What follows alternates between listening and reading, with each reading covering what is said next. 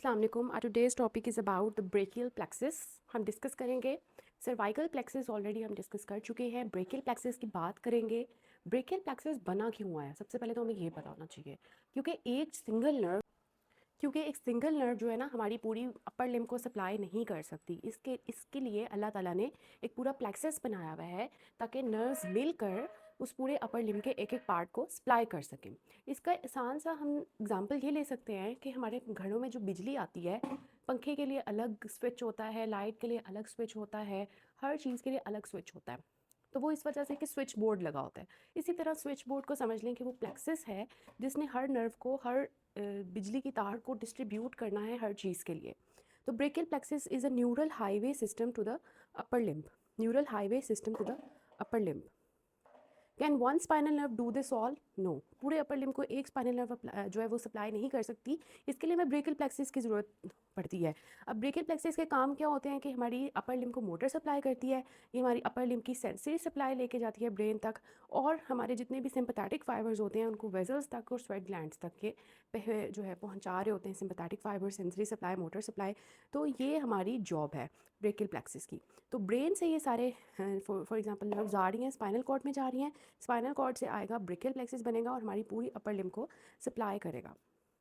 Y nerves go to the upper limb? Upper limb के ऊपर nerves क्यों जा रही होती हैं? क्योंकि देखें अपर लिम्ब की जितनी भी पेन की, टच की, टेम्परेचर की, प्रेशर की सेंसेशंस हैं वो हमें इसके अलावा मोटर जितने भी फंक्शंस हैं ब्रेकियल प्लेक्सिस ने वो कंट्रोल करने होते हैं, जिसमें शोल्डर की, एल्बो की, फिंगर की मूवमेंट्स हैं वो सब ब्रेकियल प्लेक्सिस की नर्व्स करती हैं। इसके अलावा जितने भी सिंपैथेटिक वेजोमोटर फाइबर्स हैं ब्लड वेसल्स को कंट्रोल करने के लिए वो यहाँ से आती हैं। फिर सेक्रीटो मोटर जो होते हैं जिन्होंने स्वेटिंग को कंट्रोल करना होता है वो भी यहाँ से आ रहे होते हैं। तो बिग कंसेप्ट हमारा बेसिकली क्या है कि ब्रेकियल प्लेक्सिस बनता किस तरह से है। उसमें 5 चीज़ें होती हैं। रूट्स होती हैं, ट्रंक्स होती हैं, डिवियंस होती हैं, कॉर्ड्स होती हैं और ब्रांचेस होती हैं। रूट्स में से ना चीज़ें निकलती हैं, वो कंबाइन होती हैं जो नर्व्स हैं रूट्स, और वो ट्रंक्स बनाती हैं। फिर वो स्प्लिट करती हैं, कंबाइन होकर फिर स्प्लिट करती हैं, स्प्लिट करके फिर रीऑर्गेनाइज होती हैं, फिर फाइनल ब्रांचेस होती हैं, फाइनल नर्व्स। तो इस तरह जैसे होते हैं नहीं हमारे रोड्स होते हैं, तो पहले छोटे छोटे रोड्स होते हैं, फिर वो मिलकर हाईवेज बनाते हैं, फिर स्प्लिट करते हैं, फिर रीऑर्गेनाइज होते हैं और फिर डेस्टिनेशन पे आप पहुंच जाते हैं। तो इसी तरह हमारी ब्रेकियल प्लेक्सिस हैं। तो फर्स्ट आर रूट्स। रूट्स की हमें बात करनी है। अब ब्रेकियल प्लेक्सिस की रूट्स किस में से आती हैं? 5 एंटीरियर एमाई से। तो इसको साथ साथ अब सर्वाइकल प्लेक्सिस के साथ अगर थोड़ा सा कंबाइन करते जाएं तो सर्वाइकल प्लेक्सिस का आपको याद है क्या होता था? उसमें हमारी C1, C2, C3, C4 nerves जो होती थी उनके इंटीरियर एमाई मिल रहे होते थे। यहाँ पे आगे C5 से onward C5, C6, C7, C8 and T1, यहाँ तक इनके 5 इंटीरियर एमाई मिलते हैं और इन ये रूट्स होती हैं। और ये इंटीरियर एमाई जो है हमारे लिम्स को सप्लाई करते हैं। और जो पोस्टीरियर एमाई होते हैं जो यहाँ पे ब्रेकियल प्लेक्सिस में नहीं होते, वो हम ऑलरेडी डिस्कस कर चुके हैं। स्पाइनल कॉर्ड में से 2 तरह की नर्व्स निकलती हैं, मोटर नर्व्स और सेंसरी नर्व्स। वो मिलके मिक्स नर्व्स बनाती हैं। मिक्स नर्व्स डिवाइड होती हैं इंटीरियर एंड पोस्टीरियर एमाई में, जिसमें इंटीरियर एमाई आगे चले जाते हैं और पोस्टीरियर एमाई पीछे जाके बैक की मसल्स को सप्लाई कर रहे होते हैं। तो हमारे ब्रेकियल प्लेक्सिस इंटीरियर एमाई से बन रहे होते हैं। फिर ये जो इंटीरियर एमाई होते हैं ना, ये सारे रूट्स जो हैं ये पास करती हैं between scalenus anterior and scalenus medius muscle के दरमियान में।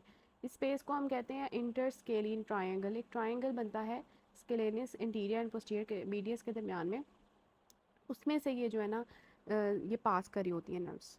फिर ये रूट्स मिलकर ट्रंक्स बनाती हैं। Roots combine to make trunks. अब ट्रंक्स जो हैं वो अपर होती है ट्रंक, मिडल होती है और लोअर होती है। अपर ट्रंक किन रूट्स मिलके बनती है? C5 एंड C6 रूट्स मिलके अपर ट्रंक बनाती हैं। C7 अकेली जो है ना मिडल ट्रंक बना रही होती है और C8 एंड T1 मिलके लोअर ट्रंक बना रहे होते हैं। इनका क्या फ़ायदा होता है? फॉर एग्जांपल हमारे बाइसेप्स मसल है ना, उसको C5 और C6 दोनों नर्व्स चाहिए काम करने के लिए। तो इस वजह से उसकी रूट्स जो है ना, उसकी जो ट्रंक होगी वो अपर ट्रंक होगी C5 C6, इसमें C5 और C6 दोनों रूट्स कंबाइंड हैं। फिर ट्रंक्स जो हैं वो डिवाइड होकर डिवीजन्स बनाती हैं, जिसमें इंटीरियर डिवीजन होती है। हर ट्रंक जो है ना, मतलब ये जो अपर ट्रंक है ये भी इंटीरियर डिवीजन बनाएगी, पोस्टीरियर डिवीजन बनाएगी, मिडिल ट्रंक भी इंटीरियर पोस्टीरियर डिवीजन बनाएगी और लोअर ट्रंक भी इंटीरियर पोस्टीरियर डिवीजन बनाएगी।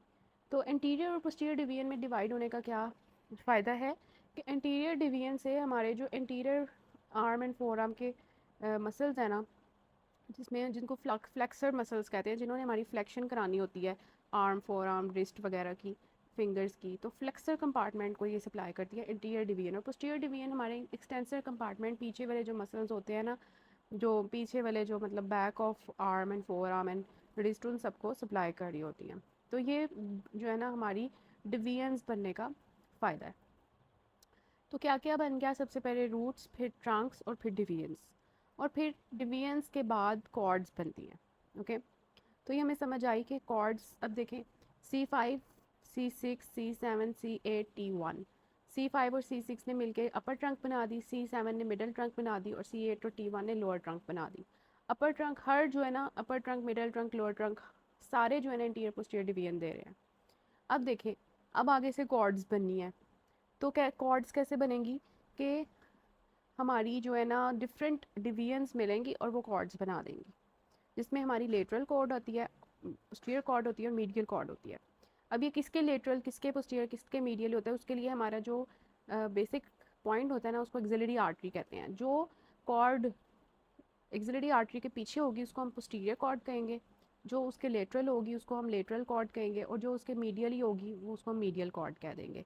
तो एक्सिलरी आर्टरी की ये मीडियल साइड है फॉर एग्जांपल, और ये लेटरल साइड है, तो ये लेटरल कॉर्ड बन जाएगी जो लेटरल होगी, और जो मीडियली होगी वो मीडियल बन जाएगी। तो ये किस तरह से बनती है, लेटरल कॉर्ड C5, C6 और C7 की एंटीरियर डिवीजन से बनती है, ठीक है। और जो मीडियल कॉर्ड है ना वो C8 और T1 की जो है ना एंटीरियर डिवीजन से बनती है, ठीक है। और हमारी जो पोस्टीरियर कॉर्ड है ना, वो इन सब की जो है ना पोस्टीरियर डिवीजन से बनती है। पोस्टीरियर कॉर्ड सारी को पोस्टीरियर डिवीजन से क्यों बनती है, क्योंकि हमारे जो पिछले वाले एक्सटेंसर मसल्स होते हैं ना, उनको सबकी पोस्टीरियर डिवीजन्स चाहिए होती हैं। तो इस तरह से हमारी ये कॉर्ड्स बन जाती हैं, और फिर इन्हीं कॉर्ड्स में से टर्मिनल ब्रांचेस आती हैं, जिसमें अगर हम बात करें तो मस्क्यूलोक्यूटेनियस नर्व आती है, एक्सिलरी नर्व आती है, रेडियल नर्व आती है, मीडियन नर्व आती है और अल्नर नर्व आती है। Okay, so musculocutaneous nerve C5, C6, C7, axillary nerve C5 and C6, radial C5 to T1, median C5 to T1, ulnar C8 to T1। Okay, so इनके काम क्या होते हैं, मस्क्यूलोक्यूटेनियस ने हमारे बाइसेप्स, ब्रेकियालिस मसल और ट्रैको ब्रेकियालिस को supply करना होता है। और ये देखें हमारे बाइसेप्स, ब्रेकियालिस और ट्रैको ब्रेकियालिस का काम, क्या काम होता है इनका, फ्लेक्शन। और अगर हम बात करें अपनी एक्सिलरी नर्व की, तो वो हमारे डेल्टॉइड और टीरीज माइनर को सप्लाई कर रही होती है, और इनका काम क्या होता है, शोल्डर एबडक्शन। रेडियल नर्व हमारे एक्सटेंसर्स को सप्लाई कर रही होती है, जिसमें हमारे forearm extensors, wrist extensors, finger extensors आ जाते हैं।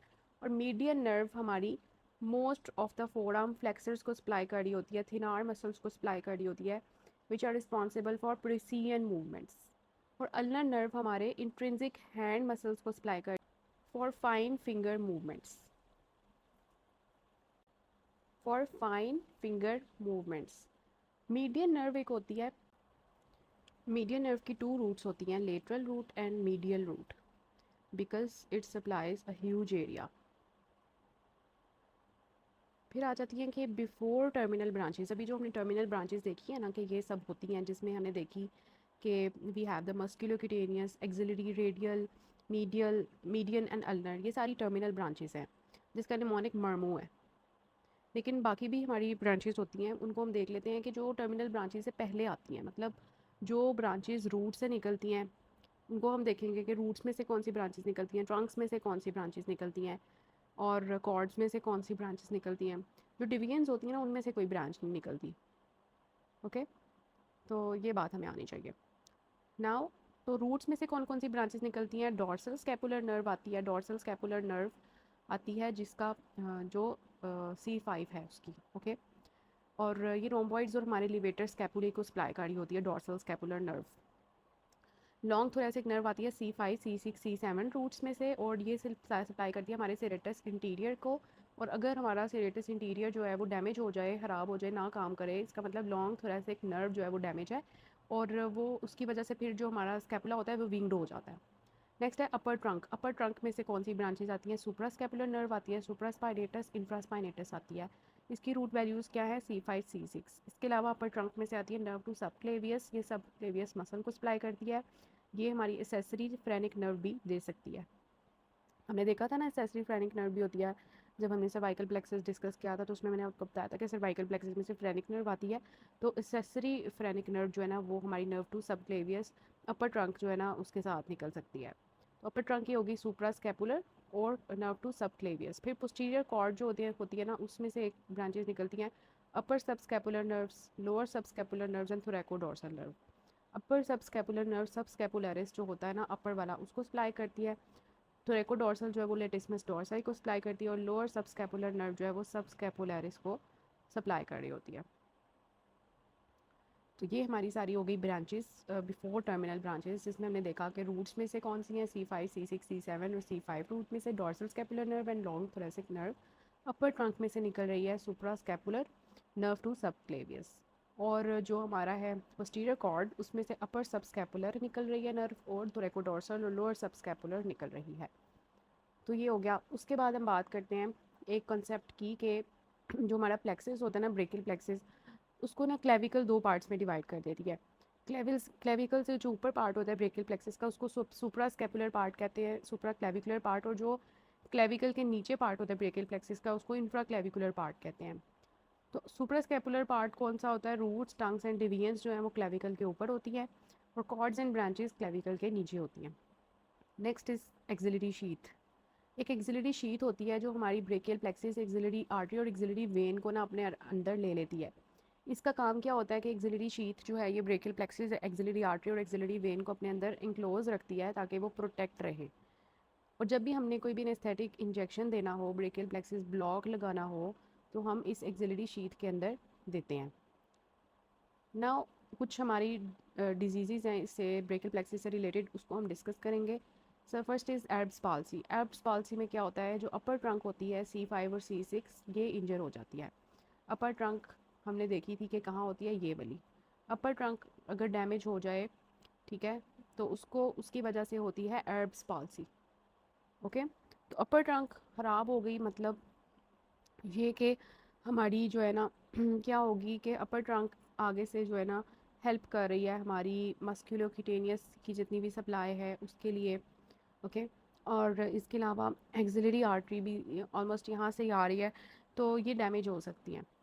ओके, तो एब्स पाल्सी में अपर ट्रंक C5 C6 चली जाती है, तो C5 C6 जहाँ भी होगी ना वो चीज़ें डैमेज हो जाएंगी, जिसमें मस्कुलोक्यूटेनियस एक्सिलरी, फिर C5 तो रेडियल में भी थोड़ी आ रही है, मीडियन में भी आ रही है, तो ये सारी चीज़ें जो है ना डिस्टर्ब होंगी। ओके, तो अपर ट्रंक कैसे डैमेज हो सकती है? अगर हमारी एक्सेसिव हेड एंड शोल्डर की सेपरेशन होगी, मतलब बंदा कुछ ऐसा गिरता है कि उसकी सर और कंधा जो है ना बिल्कुल एक दूसरे से दूर चला जाता है और एकदम से उसकी जो है ना अपर ट्रंक कंप्रेस होती है, एब्स पाल्सी उसको कहते हैं।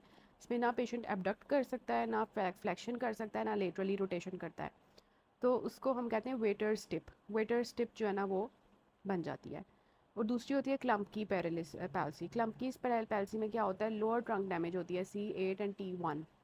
तो मतलब ये वाली डैमेज होगी C8 and T1 lower trunk. Okay, lower trunk damage होगी C8 एंड T1। जब ये डैमेज होगी तो मीडियल कॉर्ड भी डैमेज होगी, और मीडियल कॉर्ड जब डैमेज होगी तो अल्नर नर्व बेसिकली आ रही है इसमें, तो ये जो है ना डैमेज हो जाएगी।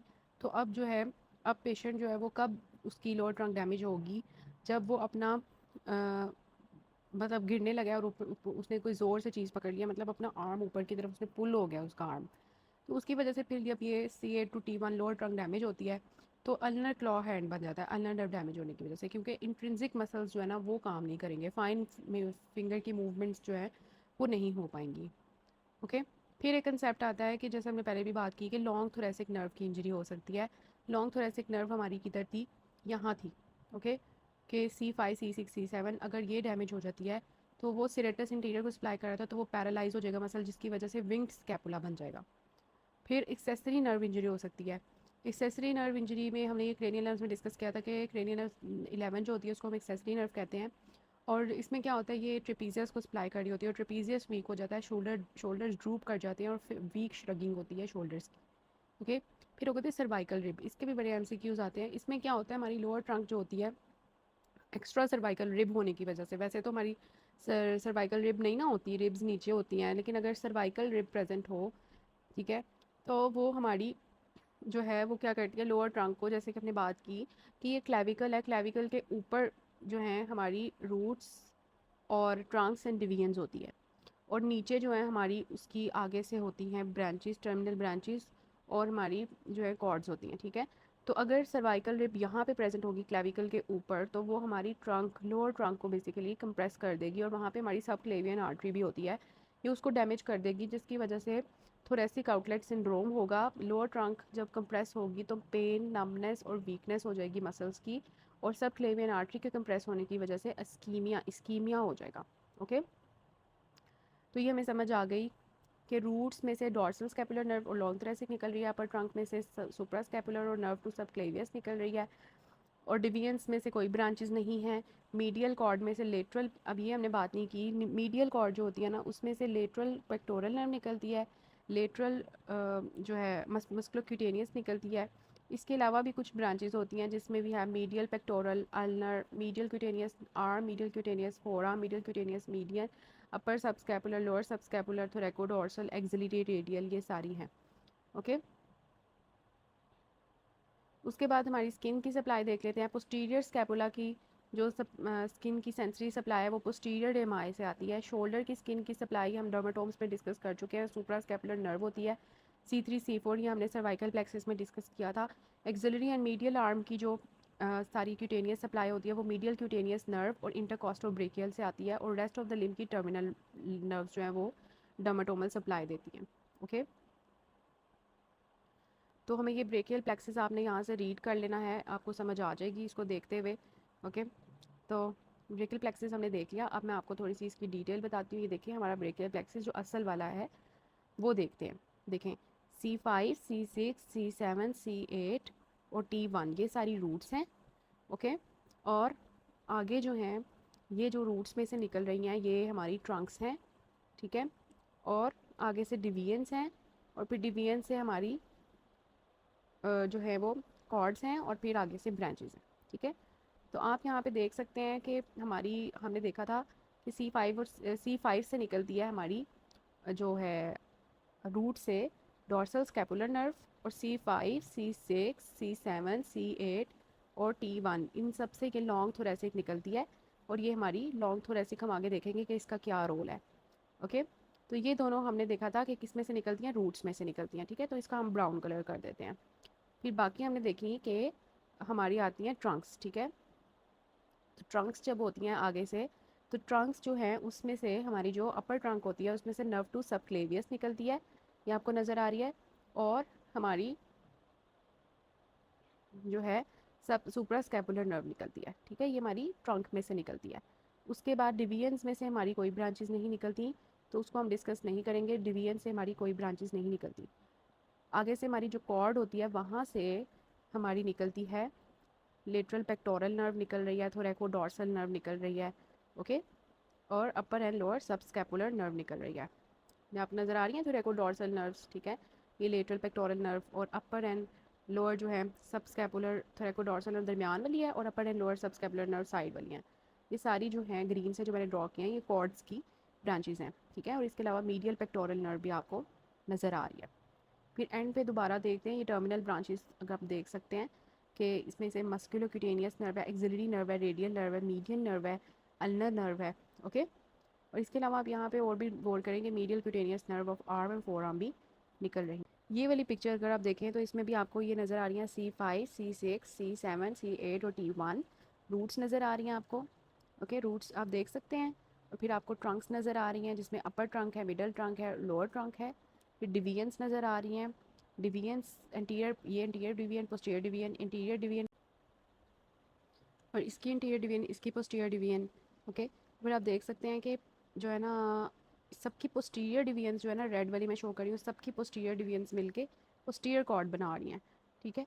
और अगर मैं इन्हीं को थोड़ा सा दूसरे कलर से बना दूँ ना, ब्लू से, तो मैं आपको दिखाती हूँ। ये देखें, अपर और मिडल जो ट्रंक है वो दोनों मिलके लेटरल कॉर्ड बना रहे हैं, अपर एंड मिडल, ठीक है। और मिडल और जो हमारी है लोअर, ठीक है, लोअर की जो एंटीरियर डिवीजन है वो मिलके मीडियल कॉर्ड बना रही है। एक्सिलरी आर्टरी के साथ रिलेशन देखिए, एक्सिलरी आर्टरी है, इसके पीछे जो है ना आपको पोस्टीरियर कॉर्ड मिलेगी, और इसके लेटरली जो है हमारी लेटरल कॉर्ड है और इसके medially we have the medial cord. Okay, यहाँ पे भी आप देख सकते हैं एक्सिलरी आर्टरी के साथ रिलेशन है। रेडियल नर्व बिल्कुल एक्सिलरी आर्टरी के पीछे है, अल्नर नर्व मीडियली है और मीडियल नर्व जो है लेटरली है। सुप्रास्कैपुलर नर्व्स ना हमारी शोल्डर और नेक के रीजन को सप्लाई करती हैं। ये थोड़ी क्यूटेनियस सप्लाई देख लें। लेटरल आर्म जो है ना उसको upper lateral cutaneous nerve of arm supply करती है और नीचे वाला जो बार्डर उसको lower lateral cutaneous nerve supply करती है। Medially we have the intercostal brachial nerve और medially we have the medial cutaneous nerve of arm. और अगर हम फोर आर्म की बात करें तो laterally we have lateral cutaneous nerve of forearm और medially we have medial cutaneous nerve of four arm. आइए आगे हम देख रहे हैं। फिर आगे देखें तो हमारे पास पाल्मर क्यूटेनियस ब्रांच है मीडियल नर्व की, सुपरफिशियल ब्रांच है रेडियल नर्व की, और आगे we have the medial nerve. Medial nerve जो है वो है और अल्नर नर्व है। इनके हम आगे से डिटेल्स देखेंगे स्पेसिफिक नर्व से किस तरह सप्लाई करी है। और अगर पीछे से आप देखें तो laterally we have upper lateral cutaneous of arm and posterior cutaneous nerve of arm. ये वहाँ पे नहीं थी। एंटीरियरली वी हैव, ये डिफरेंट है पोस्टीरियर, और यहाँ पे ये डिफरेंट है posterior cutaneous nerve of forearm.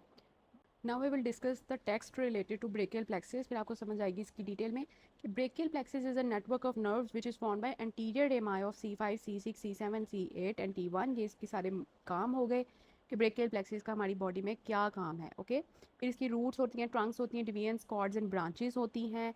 और हमने बात की कि रूट्स में से स्पाइनल नर्व्स निकलती हैं, वो कंबाइन होकर ट्रंक्स बनाती हैं, फिर वो डिवाइड होती हैं, फिर डिवीजन्स रीऑर्गेनाइज होती हैं, और फिर फाइनल पेरिफेरल नर्व्स होती हैं। तो रूट्स हमारी ये सारी हैं जो हमने डिस्कस की। ये सारे इंटीरियर एमाए बनते हैं, और इंटीरियर और पोस्टीरियर एमाए जो है उनमें हमने डिस्कस किया कि क्या डिफरेंस है, वो किसको सप्लाई कर रही होती हैं, रूट्स कहाँ पर होती हैं। रूट्स स्पाइनल कॉर्ड से निकलती हैं और दो मसल्स के दरमियान में होती हैं, स्केलेनियस इंटीरियर एंड मीडियस, जिसको हम इंटरस्केलिन ट्रायंगल कहते हैं। इसी वजह से प्लेक्सस इन दोनों मसल्स के दरमियान में स्क्वीज़ हो सकता है। फिर हमारा ट्रंक्स आ जाती हैं। ट्रंक्स रूट्स मिलकर ट्रंक्स बनाती हैं, क्योंकि हमारे मसल्स को डिफरेंट स्पाइनल नर्व्स चाहिए। अपर ट्रंक C5 C6 से मिलकर बनती है और मिडिल ट्रंक C7 से बनती है और लोअर ट्रंक C8 और T1 के मिलने से मिलती है। ओके, तो फिर डिवीजन्स आ जाती हैं कि हर ट्रंक एंटीरियर पोस्टीरियर डिवीजन बनाती है। क्यों बनाती है? क्योंकि एंटीरियर डिवीजन ने फ्लेक्सर कंपार्टमेंट को सप्लाई करना है और पोस्टीरियर डिवीजन ने एक्सटेंसर कंपार्टमेंट को सप्लाई करना है। फिर हमारी कॉर्ड्स आती हैं। कॉर्ड्स की रिलेशन है एक्सिलरी आर्टरी से, जो लेटरल होगी एक्सिलरी आर्टरी को लेटरल कॉर्ड कहेंगे। वो अपर और मीडियल ट्रंक के एंटीरियर डिवीजन से मिलके बनती है हमारी लेटरल कॉर्ड, जिसको C5 C6 और C7 होती हैं। ये लेटरल क्यों है? क्योंकि it is lateral to the axillary artery. Medial cord है, मीडियल कॉर्ड जो है लोअर ट्रंक की एंटीरियर डिवीजन से मिलके बनती है, और इसमें आ जाते हैं C8 और T1 के फाइबर्स, और ये medial to the axillary artery होती है। पोस्टीरियर कॉर्ड जो है वो सब ट्रंक्स की पोस्टीरियर डिवीजन से मिलके बनती है और ये आर्टरी के पोस्टीरियर होती है। उसके बाद टर्मिनल ब्रांचेस आ जाती हैं, जिसमें मस्कुलोक्यूटेनियस नर्व है। अब यहाँ पे थोड़ा सा डिफरेंस आ जाता है जो हमने ऊपर डिस्कस नहीं किया, कि मस्कुलोक्यूटेनियस हमारे एंटीरियर आर्म मसल को सप्लाई करती है, जिसमें बाइसेप्स ब्रेकियालिस एंड क्रोकोब्रेकियालिस आता है, जिनका काम फ्लेक्शन है। एक्सिलरी नर्व जो है हमारी पोस्टीरियर कॉर्ड से बनती है और ये C5 C6 इसकी नर्व रूट्स होती हैं। ये हमारे डेल्टॉइड और टीरीज माइनर को सप्लाई करती है, जो कि शोल्डर एबडक्शन कराते हैं। रेडियल नर्व पोस्टीरियर कॉर्ड से बनती है और ये हमारे एक्सटेंसर्स जो होते हैं ट्राइसेप्स और फोरआर्म के, उनको सप्लाई करती है, जिसकी वजह से एक्सटेंशन होती है। और मीडियन कॉर्ड जो है वो हमारी लेटरल एंड मीडियल कॉर्ड से मिलकर बनती है। ये हमारे फोरआर्म फ्लेक्सर्स को, थिन आर्म मसल्स को मीडियन नर्व सप्लाई करती है और सी एंड हेड मूवमेंट्स में हेल्प कर रही होती है। और अल्नर नर्व हमारी मीडियल कॉर्ड से बनती है। ये हम हर नर्व की डिटेल आगे डिस्कस करेंगे, इसमें आपने परेशान नहीं होना। ये इंट्रिंसिक हैंड मसल्स को सप्लाई करती है। फाइन फिंगर मूवमेंट्स में अल्नर नर्व हेल्प करती है। मीडियन नर्व के दो रूट्स क्यों होते हैं? क्योंकि इसकी हमारी बॉडी में जो आर्म एंड फोरआर्म में बहुत ज़्यादा ह्यूज एरिया सप्लाई है, इस वजह से ये लेटरल और मीडियल रूट दोनों से मिलकर बनता है। टर्मिनल ब्रांचेस से पहले जो ब्रांचेस आती हैं उसमें डॉर्सल स्कैपुलर नर्व है, जो कि हमारी C5 से आती है, रोम्बॉइड्स और लिवेटर स्कैपुलो को सप्लाई करती है। लॉन्ग थोरेसिक नर्व आती है जो हमारे सिरेटस को सप्लाई करती है, जो अगर इंजर हो जाए तो विंग स्कैपुला होता है। अपर ट्रंक ब्रांचेस आती हैं जिसमें we have the suprascapular nerve which supplies the supraspinatus and infraspinatus nerve to subclavius which supplies the subclavius muscle. Then we have posterior cord branches in which we have upper subscapular which supplies the subscapularis muscle, thoracodorsal which supplies the latissimus dorsi, and lower subscapular which supply the subscapularis and teres minor. Axillary sheath क्यों होती है वो हमने discuss कर लिया कि वहाँ पे ब्रेकियल प्लेक्सस ब्लॉक भी हम लगा सकते हैं। फिर हमने एब्स पाल्सी की बात की कि वो क्या होती है। बर्थ के दौरान जब हेड एंड शोल्डर की एक्सेसिव सेपरेशन हो जाए तो हमारी ये एब्स पाल्सी हो सकती है, जिसमें C5 C6 अपर ट्रंक की इंजरी हो जाती है। ये इंपॉर्टेंट MCQ है। मैं आपके साथ ग्रुप में एमसीक्यू शेयर करूँगी, तो ये गलत नहीं होने चाहिए आपके। ये डेल्टॉइड बाइसेप्स और सुप्रास्पाइनेटस को सप्लाई कर रही होती है ये C5 C6, ओके। जिसकी वजह से जब ये मसल्स पैरालाइज हो जाते हैं तो आर्म ना तो एबडक्ट कर सकता है, ना फ्लेक्स कर सकता है, और ना ही जो है लेटरल रोटेट कर सकता है, जिसकी वजह से वेटर स्टिप, पेशेंट का हाथ अंदर की तरफ, जैसे वेटर ने ऐसे नहीं हाथ किया होता अंदर की तरफ, वैसे हो जाता है हाथ, एडक्टेड हो जाता है, मीडियली रोटेटेड और एक्सटेंडेड हो जाता है। क्लम्प की पैल्सी क्या होती है, जिसमें लोअर ट्रंक इंजरी होती है, ये भी एमसीक्यू है, मैं आपसे ज़रूर शेयर करूंगी और आपके गलत नहीं होने चाहिए। C8T1 डैमेज होती है, ये आर्म एक्सेसिव ऊपर की तरफ पुल हो जाए तो तब होती है। इसमें हमारे अल्नर नर्व डैमेज हो रही होती है, मेनली C8T1 जो होती हैं वो, जिसकी वजह से अल्नर क्लॉ हैंड बन जाता है, इंट्रिंसिक हैंड मसल्स पैरालाइज हो जाते हैं। फिर हमारी लोअर थोरेसिक नर्व की इंजरी हो सकती है, जिसकी वजह से सेरेटस इंटीरियर जो है वो डैमेज हो जाता है, विंग स्कैपुला बन जाता है, पेशेंट अपना हाथ जो है वो अबव हेड नहीं उठा सकता। फिर एक्सेसरी नर्व की हमने इंजरी की बात की कि उसमें क्या होता है, ट्रेपीजियस मसल लॉस हो जाता है। सर्वाइकल रिब की बात की कि ये हमारे एक्स्ट्रा रिब जो है लोअर ट्रंक और सबक्लेवियन आर्टरी को डैमेज करते हैं, जिसकी वजह से थोरेसिक आउटलेट सिंड्रोम होता है, और ये सारे साइंस आ रहे होते हैं।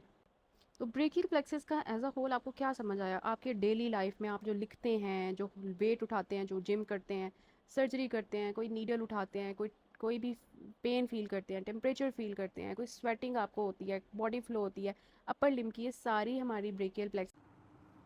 नेक्स्ट हम थोड़ी सी चीज़ें डिस्कस कर लेते हैं कि हमने देखा था कि जो रूट्स हैं उनमें से जो C5 रूट है वहाँ से हमारी डॉर्सल स्कैपुलर नर्व आ रही थी। Dorsal scapular nerve rhomboid major minor और लिवेटर स्कैपुलरी को सप्लाई कर रही थी। तो हमें ये पता होना चाहिए ना कि अगर मैं आपसे पूछूं कि फंक्शन ऑफ रोम्बॉइड्स क्या है, तो रोम्बॉइड्स क्या कर रहे होते हैं, स्कैपुला को पीछे की तरफ मूव कर रहे होते हैं। जो मिलिट्री पोस्चर होता है, तो जैसे हम शोल्डर्स अपने बैक पे लेके जाए तो ये रोम्बॉइड्स का काम होता है। तो ये स्कैपुलर स्टेबलाइजर नर्व है, डॉर्सल स्कैपुलर नर्व। डॉर्सल मतलब पीछे की तरफ इसने स्कैपुला को मूव करना है, और अगर ये डैमेज हो जाए तो स्कैपुला पीछे की तरफ मूव नहीं होगी, तो ये प्रॉब्लम आएगा। फिर हमारी लॉन्ग थोरेसिक नर्व के बारे में बात की थी कि ये सेरेटस इंटीरियर को सप्लाई कर रही होती है, और सेरेटस जो होता है ना, ये ना स्कैपुला को अगेंस्ट चेस्ट वॉल होल्ड करके रखता है। और long thoracic nerve long course follow करती है, इस वजह से इसको लॉन्ग थोरेसिक कहते हैं कि पूरी चेस्ट वॉल में ना लंबा सा कोर्स ट्रेवल कर रही होती है। तो इस वजह से ना ये मैस्टेक्टमी में, चेस्ट ट्रॉमा में या एक्सिलरी सर्जरी में ना ये डैमेज हो सकती है। जब डैमेज हो गई तो विंग स्कैपुला हो जाएगा, कि जैसे बर्ड की विंग नहीं होती वैसे हो जाती है, कि स्कैपुला पीछे की तरफ मूव कर जाता है क्योंकि सेरेटस इंटीरियर जो है वो पैरालाइज हो गया है। तो ये बात आ जाती है।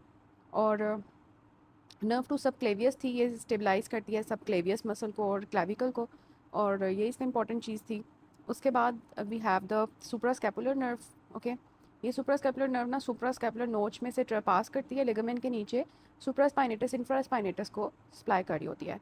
तो मैंने आपको रोटेटर कफ मसल्स पढ़ाए हुए हैं, सिट्स मसल्स, जिसमें सुप्रास्पाइनेटस इंफ्रास्पाइनेटस टीडीज माइनर, और वी हैव द जो हमारा होता है ना, तो इन सबको ये सुप्रास्कैपुलर नर्व जो है ये सप्लाई कर रही होती है। इनमें से जो सुप्रास्पाइनेटस और इंफ्रास्पाइनेटस है, जो एक्सटर्नल रोटेशन करा रहे होते हैं, जो फर्स्ट 15 डिग्री एबडक्शन होती है ना वो करा रहे होते हैं शोल्डर की।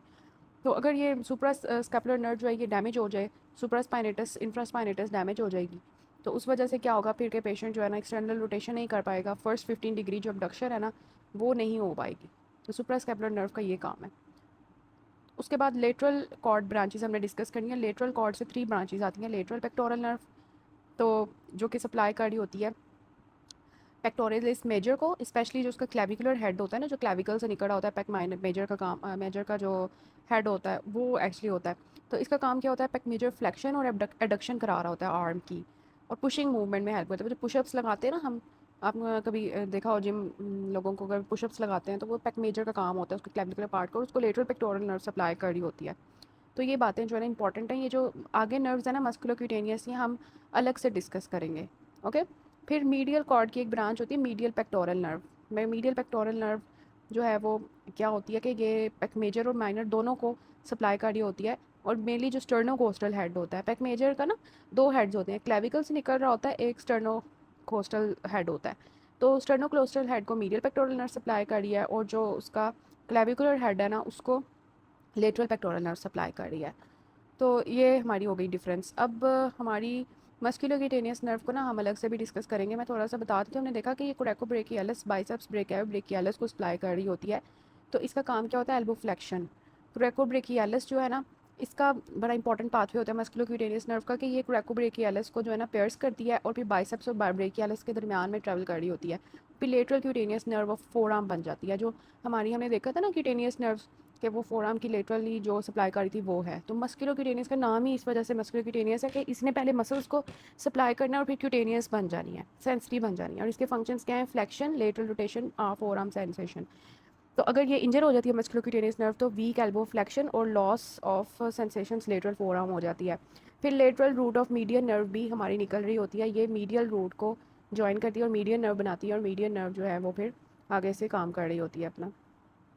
फिर हमारी आती है ये जो हमने डिस्कस किया मीडियल कॉर्ड की ब्रांचेस, उसमें से हमने मीडियल पेक्टोरल नर्व डिस्कस की। Medial cutaneous nerve of arm होती है जो हमारे आर्म जो है ना उसकी मीडियल स्किन को, फॉर एग्जांपल ये आर्म है तो मीडियल स्किन को जो है ना एक्जिला के करीब ये वाला जो हिस्सा होता है ना उसको ये सप्लाई कर रही होती है medial cutaneous nerve of arm. और फिर ये एक्जिला के पास जो है ना इंटरकॉस्टोब्रेकियल के साथ ज्वाइन हो जाती है विच इज़ T2 नर्व। अब इसका इंपॉर्टेंट सर्जरी रिलेशन क्या है कि ब्रेस्ट सर्जरी के दौरान ये नर्व डैमेज हो सकती है medial cutaneous nerve of arm, जिसकी वजह से पेशेंट को फिर क्या होगा, इस एरिया में नमनेस हो जाएगी, मीडियल आर्म जो है ना वहाँ पे उसको नमनेस हो जाएगी। फिर आती है medial cutaneous nerve of four arm. ये ऑब्वियसली हमने देखा था कि skin of medial four arm को सप्लाई कर रही थी। फिर अल्नर नर्व आ जाती है, ये भी मीडियल कॉर्ड की ब्रांच है। मीडियल कॉर्ड के अल्नर नर्व जो है ये लिटल फिंगर साइड पे ट्रेवल कर रही होती है, मीडियल साइड पे हम अलग से भी डिस्कस करेंगे अल्नर नर्व को बहुत डिटेल से। तो ये जो है ना मीडियल एपिकोंडाइल के पास से गुजरती है पीछे से, और इस वजह से इसको फनी बोन भी कहते हैं कि जब हम इसको हाथ लगाएं ना तो हमें गुदगुदी होती है समझ लें, तो इस वजह से टिंगलिंग टाइप सेंसेशन आती है। और ये जो अल्नर नर्व होती है ना फ्लेक्सर कार्पा एल्नारिस और medial half of flexor digitorum profundis को सप्लाई करी है। तो जितने भी हमारे most intrinsic muscles of hand है ना उन सबको हमारी अल्नर नर्व सप्लाई कर रही होती है। इसके अलावा लिटिल फिंगर और medial half of ring finger, मतलब ये हमारी अगर फिंगर्स है ना, ठीक है, तो ये जो है ना अल्नर नर्व हमारी लिटिल फिंगर को और medial half of ring finger, इतनी सारी सप्लाई जो है ना ये सारी हमारी अल्नर नर्व ने लेके जानी है, ठीक है। तो यहाँ पे ना एक ग्योन कैनाल होता है रिस्ट पे, ग्योन कैनाल, वहाँ पे ये अल्नर नर्व जो है ना डैमेज हो सकती है, जिसकी वजह से हैंड मसल्स वीक हो जाते हैं और क्लॉ हैंड बन जाता है जिसको हम अल्नर क्लॉ हैंड कहते हैं। उसमें भी जो हमारी रिंग एंड लिटिल फिंगर है ना वो हमारे लम्ब्राइकल्स लॉस होने की वजह से फ्लेक्स कर जाते हैं और क्लॉ सा बन जाता है। इसको हम अल्नर नर्व को बहुत डिटेल में देखेंगे।